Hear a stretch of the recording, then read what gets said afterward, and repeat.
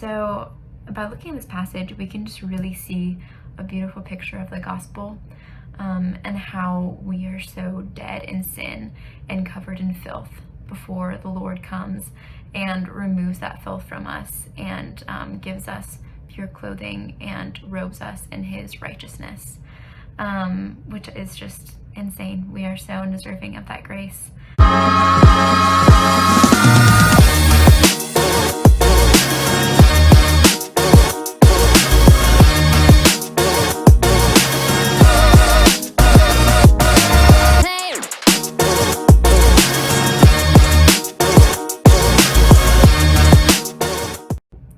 Hey guys, my name is Amy and I'm the RA on the second floor of Village, and so today I'm going to be reading out of the book of Zechariah, which is one of the last minor prophets in the Old Testament, and it was written by the prophet Zechariah, whose name means God remembers.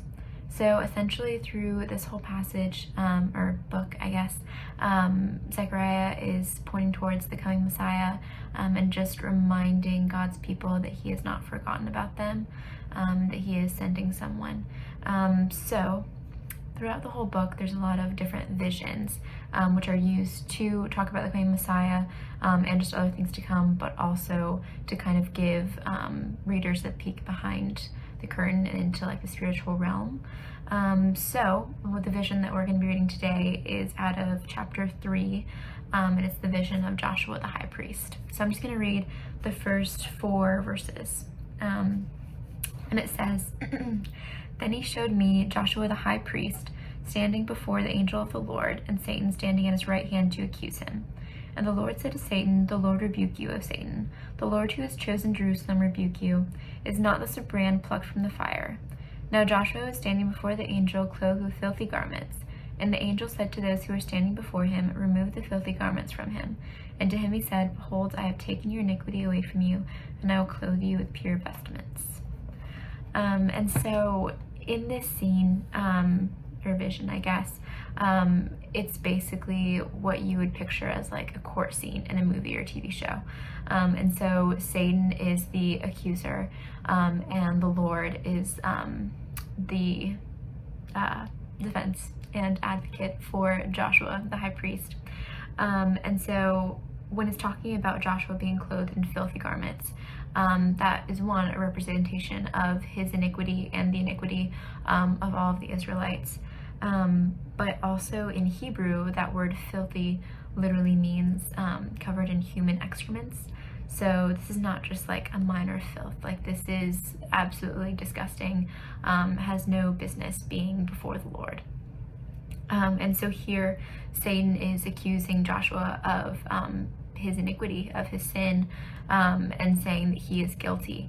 And even though he absolutely is, and all of Israel is, because they're constantly sinning and sinning, the Lord declares them not guilty, through declaring Joshua not guilty. And after he does that, he then has the angel of the Lord remove the filthy garments from him and place on him pure vestments. And so by looking at this passage, we can just really see a beautiful picture of the gospel, and how we are so dead in sin and covered in filth before the Lord comes and removes that filth from us and gives us pure clothing and robes us in his righteousness, which is just insane. We are so undeserving of that grace. But I just wanted this passage to be a reminder of that gospel today, that for those who are believers, just to remind us that no matter how much we sin, that it's never too great for the Lord, and that we are covered by his righteousness, even though we don't deserve it. And so it's really humbling, but also just a reminder that we are never, we're never going to be able to drift away from his arms.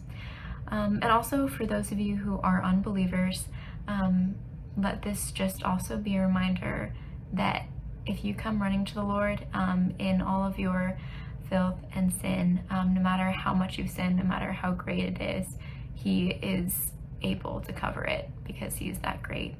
And he desires for you to come to him, so he can welcome you into his arms. So just wanted to remind you guys of that gospel today, which I just think is super encouraging. So I hope you were able to find that encouraging also, and I hope you have a great day, and thank you for listening.